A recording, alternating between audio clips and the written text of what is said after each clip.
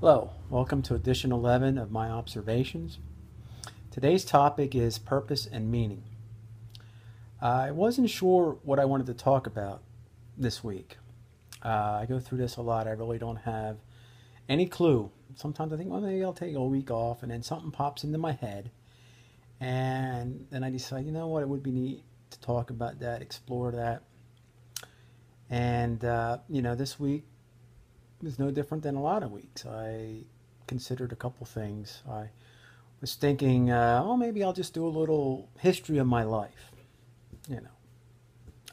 Talk about kind of where I came from, and I have a lot of things that I like to share on that. I think some great stories, some great people that I met in my lifetime. I did. Fortunately, I had an opportunity to do a lot of different neat things, and maybe someday we'll talk a little bit about that. I was always a very sort of diverse person, so I was one of those people that I could be at an event one night with with a tie on, and the next night I'd be at some little podunk dirt track in the middle of America watching sprint cars race to the limit. So I have a lot of, I think some fun stories, and maybe we'll do that one day. But, this week, what turned me on was I got a card from Mrs. Kline, who was the mother of a great friend of mine that I went to college with. And she sends me cards quite often, as a lot of people do, and I certainly appreciate all the cards I get. But in the card, Mrs. Kline had a little note about looking on the back, and on the back there was a description of the lady who basically made the card, who came up with the idea for the card. And it talked in the description, it talked about the lady and about meaning and purpose in life. And that's been a question that's been going on for centuries. What is our true meaning? What is our purpose? And in my previous videos, I've discussed a lot about my theories on a life fulfilled, and obtaining those three things about getting closer to God, about gaining knowledge and wisdom, and also about keeping life simple. And I also talk about living in the Spirit. And in both of those things, I talk a great deal about trying to get to the ultimate goal of heaven. And I think that is an excellent ultimate goal to have. We all want to live in God's glory in the kingdom of heaven. I mean, it's where you want to be when you're not here on earth. But the whole idea of purpose and meaning, I mean, God gives us all different lengths of time to be on this earth. What are we here for? I mean, I went to college, I got a degree in accounting, and I worked for the state for 25 years, state of Pennsylvania, and, I had a nice career there. It ended a lot shorter than what I had anticipated. There was good and bad in it, but, was that my real meaning in life, to be an auditor? I don't think so. I think the meaning of that job was, making a living, paying my bills, supporting my family. And so I kept continuing to think a little bit, and, what is the meaning of life? And a lot of people, including Mrs. Kline, they mentioned to me a lot how I inspire them. And while I certainly appreciate that and I'm humbled by it, I sometimes am bewildered because I don't know how else to be after being diagnosed with cancer. I mean, I always have tried to have as positive of an attitude as I can. It's like something would go wrong, I'd be like, well, if this is the worst thing that happens to me today, I'm going to be all right. And cancer is a pretty drastic thing to hear, that you've been diagnosed with cancer. There's no a doubt about that. However, at the same time, you have to just accept it to a point, as we talked about in another previous video. Accept the fact that this is a battle that you got to live with. There's nothing you can do about it other than to fight and give it your best shot. So that's all I've been doing. So, as far as me being an inspiration, I don't know that I really feel that strongly that I am. Now, maybe if you would have told me that, years ago, Randy, you're very inspiring, before I let go of some of that ego that we all have, I probably would have had a head, of an oversized watermelon.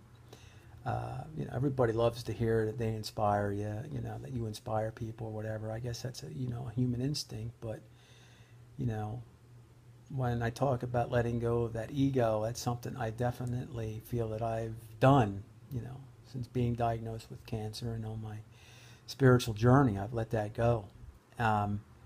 So brings us back to our question: what is our purpose? What is our meaning? And again, things just snap in my head, and I thought to myself, well, it's there. It's inspiration.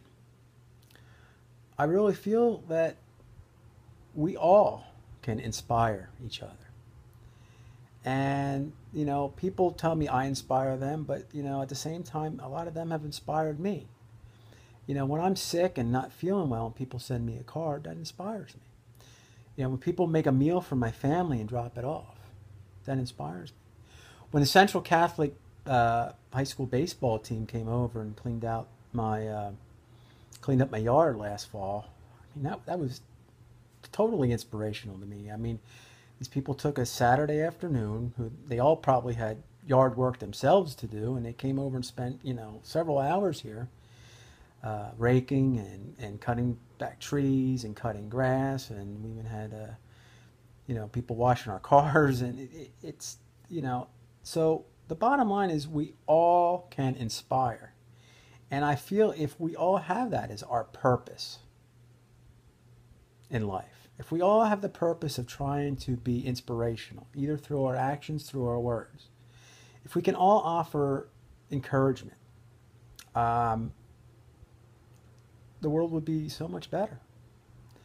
Just think about if we could get rid of some of the things that we've talked about previously, the jealousy and the anxiety, and instead we work on trying to inspire each other. Each and every day, try to inspire somebody. Somebody does something that they are proud of, let them know that you're proud of them too. It's hard in today's world sometimes. I see this a lot with the younger parents and parents of children who play sports. We all want our kids to kind of be the best, or maybe even academically, So, your son gets into a good school, but, his buddy gets into a better school, and as a parent sometimes we'll be like, how did he get in there? We start questioning, who does he know and things like that. And it's a lot of it's jealousy and envy. And, at the same time, instead of saying, hey, I'm proud of my son for what he did, we all have a certain potential that we have. And the goal of anybody is to reach that potential, because while one guy might be smarter than the other guy might be more athletic. And the bottom line is, though, we all have issues that we have to deal with. We all have problems in our life that we have to deal with. So it never fails that everybody's kind of equal in that area. So let's work, try to reach out to people, encourage them whenever you can. They will be inspired by your words, by your actions, by your deeds. And if we all take on the idea that our job in life, that our purpose is to inspire other people, to inspire each other, I think it'll give us all more meaning. So it's one simple word: inspire. And let's work on making that our main purpose.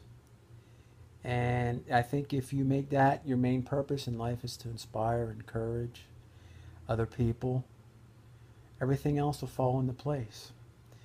If you're doing that, you'll feel better about yourselves. Your attitude will improve. And you'll be working on wisdom and getting closer to God and keeping life simple. And you'll have a lot more meaning. You will gain that life fulfilled. You'll be living in the Spirit, because I think ultimately, God and Jesus, they want us to work together and not be separate. So give it a shot. I know I was very inspired this week, and right now that's my big word, is inspire. So, try to get out and inspire somebody this week and give them the encouragement that they need, and you will make their day. And in the meantime, it'll give your life a lot more meaning. God bless, and we'll talk again soon.